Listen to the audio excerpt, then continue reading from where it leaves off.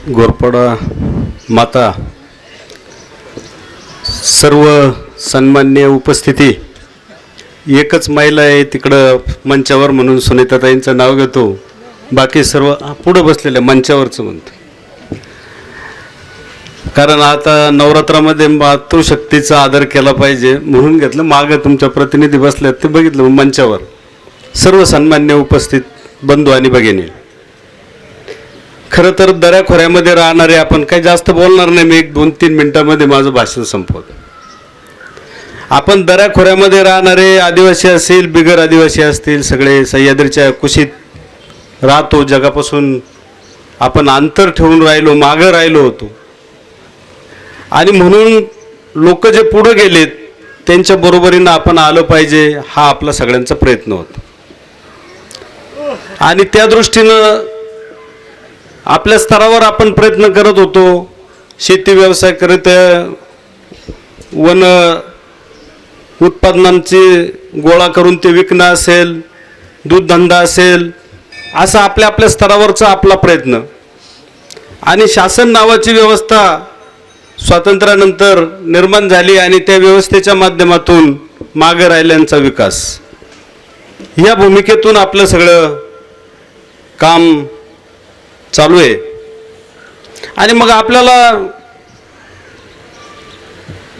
हे सगळं करत असताना अनेक वक्त्यांनी सांगितलं की इथं कुठं स्वातंत्र्याच्या पूर्वीच्या काळामध्ये सुद्धा स्वातंत्र्य सैनिक ब्रिटिशांच्या विरुद्ध लढत होते आणि ते लढले. आणि जर त्यांना लपायचं असलं तर ते इथं आदिवासी भागामध्ये यायचे, डोंगराळ भागामध्ये यायचे.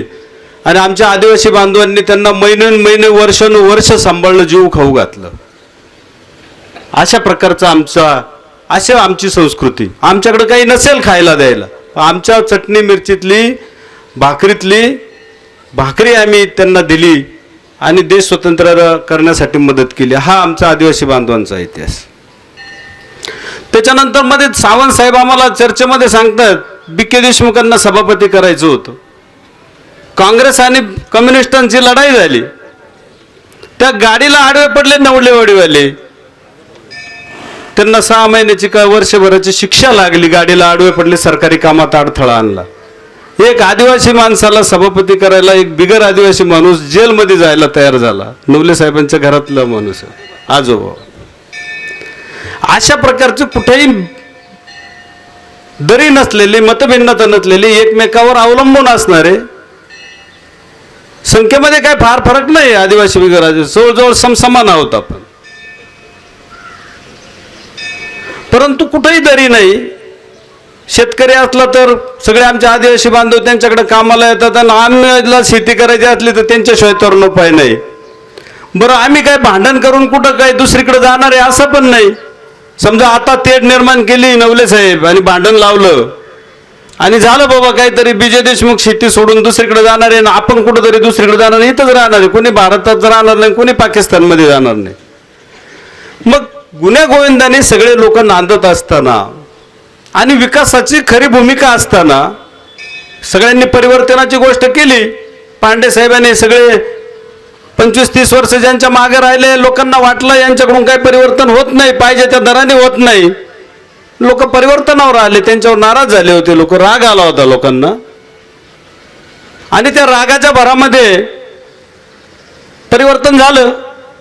तुम्ही पण एकच एक दिली, तुम्ही विभाजन टाळलं आणि लोकांना मार्ग मोकळा करून दिला. लोकांमध्ये कॉन्फिडन्स निर्माण होतो, आत्मविश्वास निर्माण होतो का आता जमतंय बाबा. त्यासाठी तुम्ही एकाच एक केली. रागाच्या भरामध्ये मी डॉक्टर नवलेंना एकदा फोनवर म्हटलं होतो की डॉक्टर साहेब, हे सगळे लोक शेतकरी, शेतमजूर, उद्योगधंदे करणारे आणि व्यवसाय करणारे माणसं आहेत. हे काय आपला प्रतिनिधी कोण असावा इतका विचार करून नाही, प्रपंच चालवता एवढा फार दीर्घ विचार नाही करीत. पण तालुक्यामध्ये विविध पक्षात काम करणारे जे विचारवान लोक राहतात, कारभारी लोक राहतात तालुक्याचे, यांनी एखाद्यावर नाराज झाला तर तो पर्याय देताना सक्षम पर्याय दिला पाहिजे, विचारी पर्याय दिला पाहिजे. पिछडांना पर्याय देताना त्यांच्यापेक्षा सक्षम पर्याय द्या ना. कोण म्हणतं लोकशाहीमध्ये परिवर्तन होत असेल तर होऊ द्यात. लोकांना वाटलं तर त्याला कोण पिसोडं काही करू शकत नाही, बांगरे काही करू शकत नाही, अजून कोणी काही करू शकत नाही. पण लोकांना पर्याय देताना त्याच्यापेक्षा सक्षम पर्याय पहिल्यापेक्षा दिला पाहिजे. मी अजित नवले डॉक्टरांना एकदा म्हटलो का तुम्ही विचारी लोकांनी, मी तर त्यावेळेला तालुक्यात नव्हतो, परंतु तुम्ही विचारी लोकांनी चुकीचं प्रॉडक्ट या तालुक्याच्या माथी मारलं.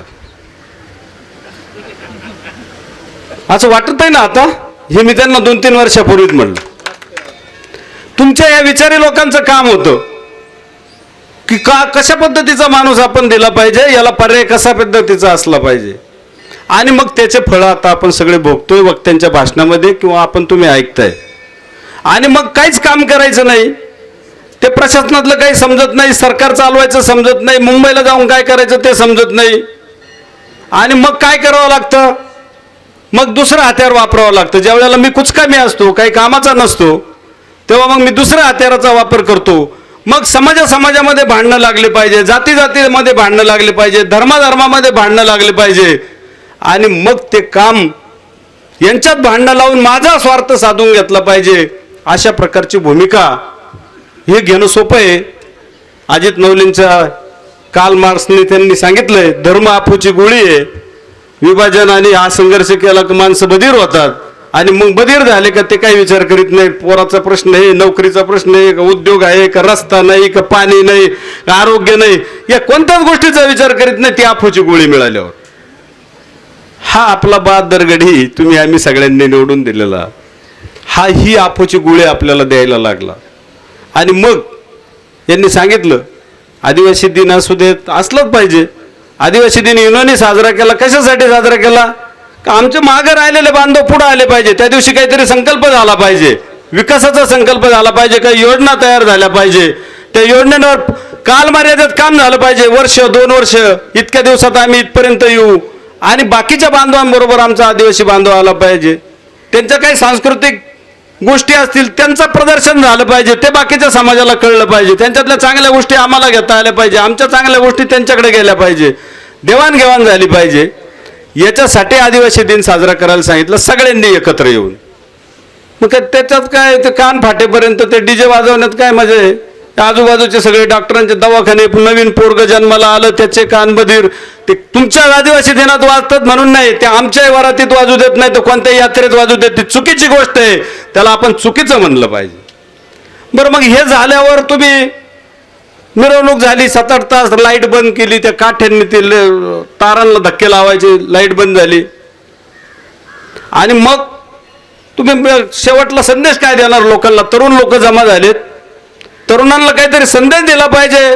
पुढाऱ्यांनी, नेतृत्वाने संदेश दिला, आमचा नाद करायचा नाही. कुणीच कोणाचा नाद इथं करायला तयार नाही. आणि तुम्ही सांगितलं आमचा नाद करायला नाही.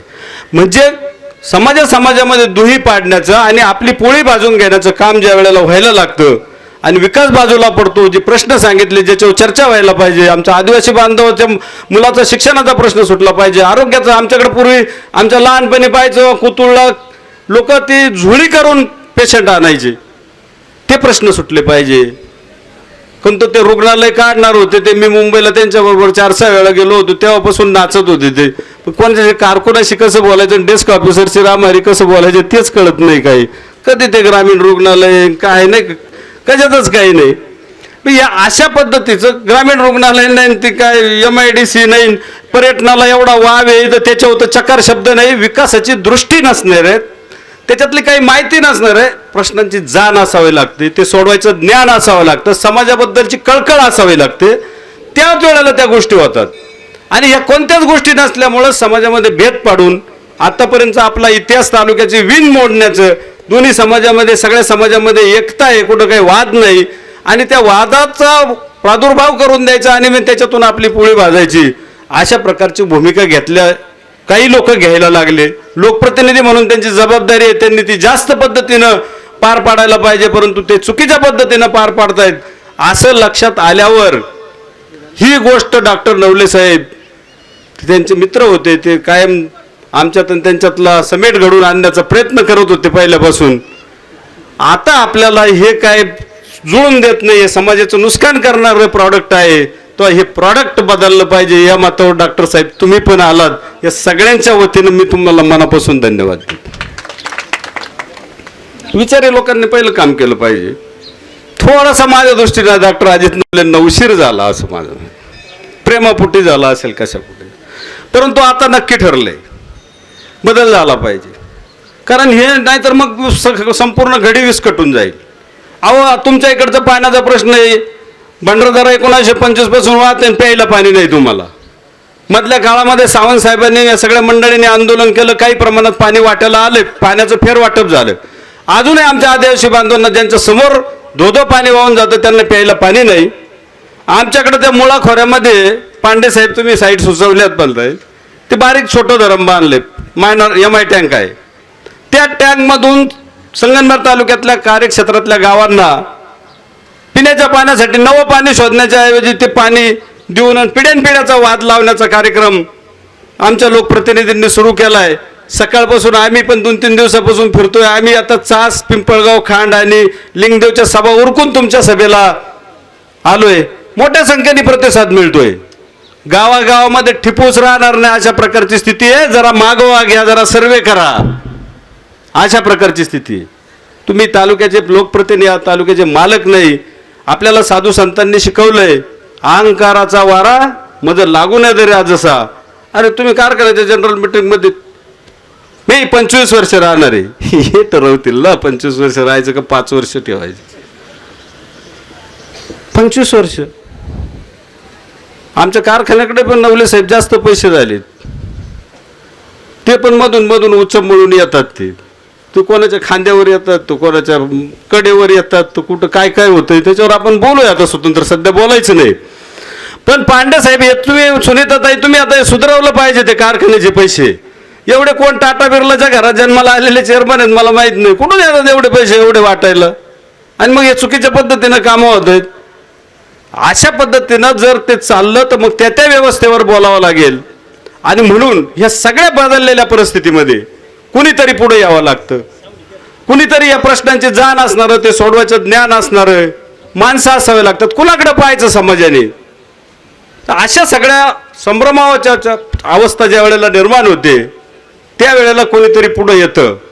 आणि म्हणून ह्या सगळ्या परिस्थितीमध्ये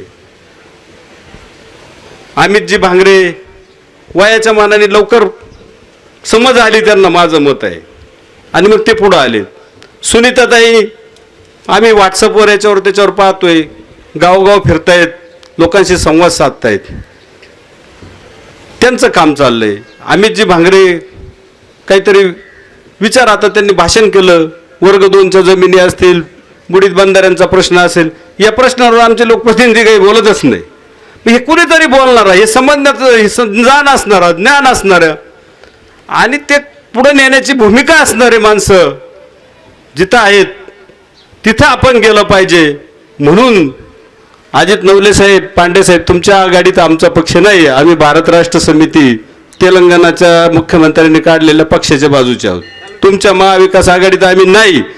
परंतु जिथं बरोबर चाललंय, जी भूमिका बरोबर आहे, तालुक्याची वीण विस्कटणारी नाही, तालुक्याची वीण पुन्हा घट्ट बनवणारी आहे, आणि आमचा आदिवासी असेल नाही तर बिगर आदिवासी असेल नाही तर OBC असेल नाही तर धनगर असेल, या सगळ्यांना बरोबर घेऊन ज्याचं त्याचं पाप त्याच्या पदरात टाकून पुढे जाण्याची भूमिका जो माणूस घेईल त्याच्याबरोबर आलं पाहिजे. म्हणून मी त्या दिवशीच्या कचेरीवरच्या मोर्चाला पण आलो, आणि आज पण सगळं तिथं सगळं चाचणी सभा संपून इथपर्यंत आलो. आणि ही भूमिका आपण सगळ्यांनी घेतली पाहिजे.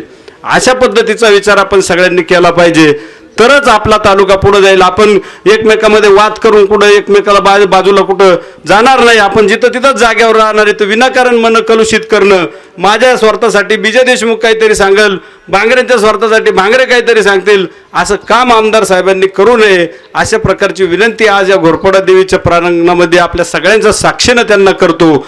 आणि सुनीताताई, अमितजी, तुम्ही जी भूमिका घेतली ती चांगली भूमिका घेतली, आणि अजित नवले सारखे जे लोक आहेत त्यांनी त्याला पाठिंबा दिला आहे. अजून हे कारवा वाढत जाईल. चांगल्या पद्धती सतीशजी भांगरे आहेत, सगळे आहेत नाही का, बाकीचे आपोआप हळूहळू येतील, तिकडे राहिलेले पण येतील हळूहळू. हां, ते प्रॉडक्टचं हे लस कळली का काय होतंय ते का, हा येतील. आता आमचे मित्र आहे मारुतराव मेंगाळ, ते पहिले पूर्वी तर एकदा कारखान्याचे जनरल डॉक्टर साहेब ते एकदा बाजीराव दराडे ते आम्हाला पाठिंबा द्यायला आले कारखान्याच्या त्या एका पत्रकार परिषदेला. और काय लाल झाला आमचा आमदार सावंत साहेबाच्या खाली दारापुढं म्हणे, जर हे तुमच्या बरोबर असतील हे मारत्या बिरत्या तर आम्ही तुम्हाला अर्ध्यात सोडून देऊ. मी काय राजूरला दवाखान्यात इंजेक्शन देत नव्हतो, मी पण महाराष्ट्र फिरून आलोय. मी सारे पुढारी पाहिले, आमदार पाहिले. 288 पांडे साहेबांची आमची व्हायची भेट तिकडं मंत्रालयामध्ये, आम्हाला पण सगळे माहिती आहे. तू आत्ता अलीकडं झालाय, तू अजून राजकीय आयुष्य कमी आहे, ज्ञान कमी आहे, समज कमी आहे बाबा. पण आम्हाला असं धंदा नाही. पण आम्हाला आता ती पत्रकार परिषद मारून न्यायची होती. डॉक्टर साहेब तुम्ही पण होते त्या पत्रकार परिषद.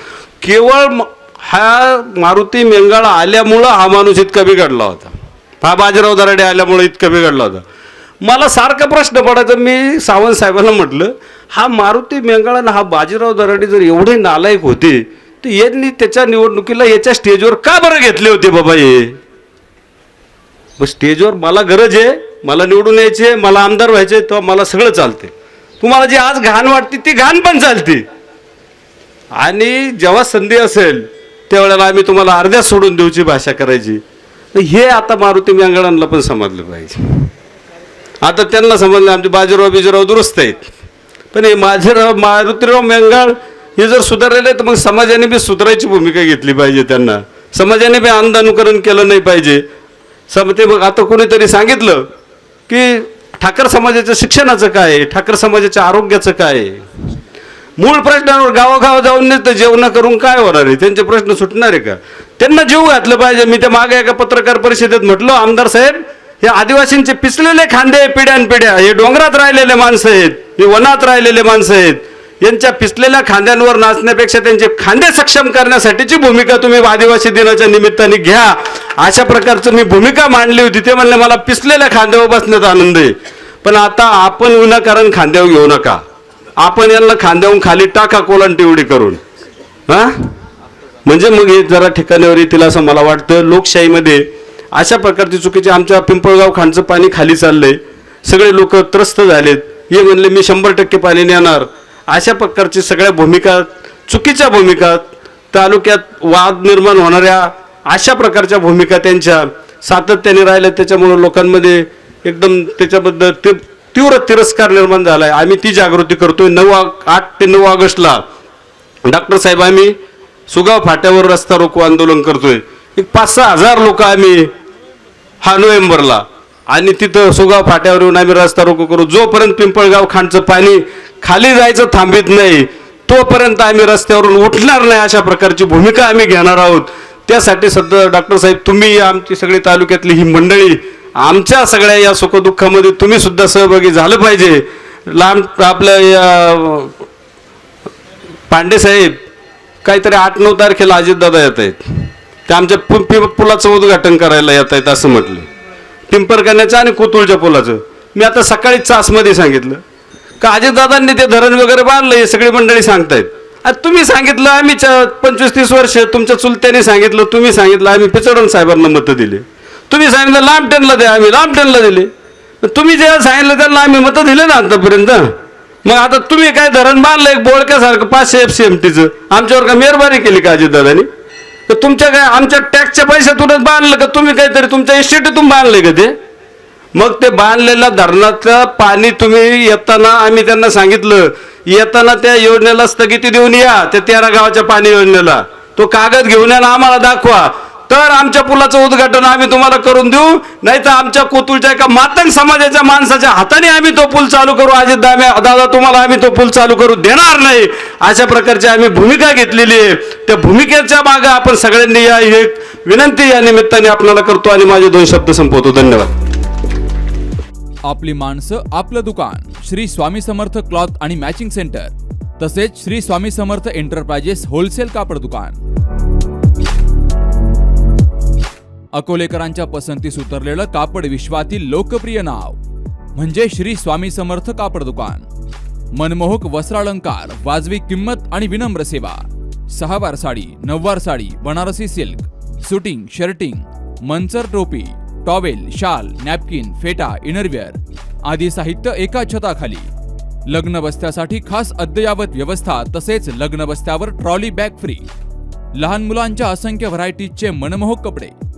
महिलांसाठी होलसेल स्वतंत्र साडी विभाग तसेच स्वतंत्र लेडीज आणि जेंट्स विभाग. एक वेळ अवश्य भेट द्या. खरेदी करा मनमोहक वस्त्र आणि खुलवा आपलं सौंदर्य. आमचा पत्ता शाखा नंबर 1 श्री स्वामी समर्थ क्लॉथ व मॅचिंग सेंटर, अगस्ती कॉम्प्लेक्स, पहिला मजला, बाजार तळाजवळ, अकोले, तालुका अकोले. आणि शाखा number 2 Shri Swami Samarth enterprises wholesale कापड दुकान, भिंगारे गोडाऊन शेजारी, दत्त मंदिर रोड, कचेरी परिसर, अकोले. प्रोप्रायटर बेनके बंधू.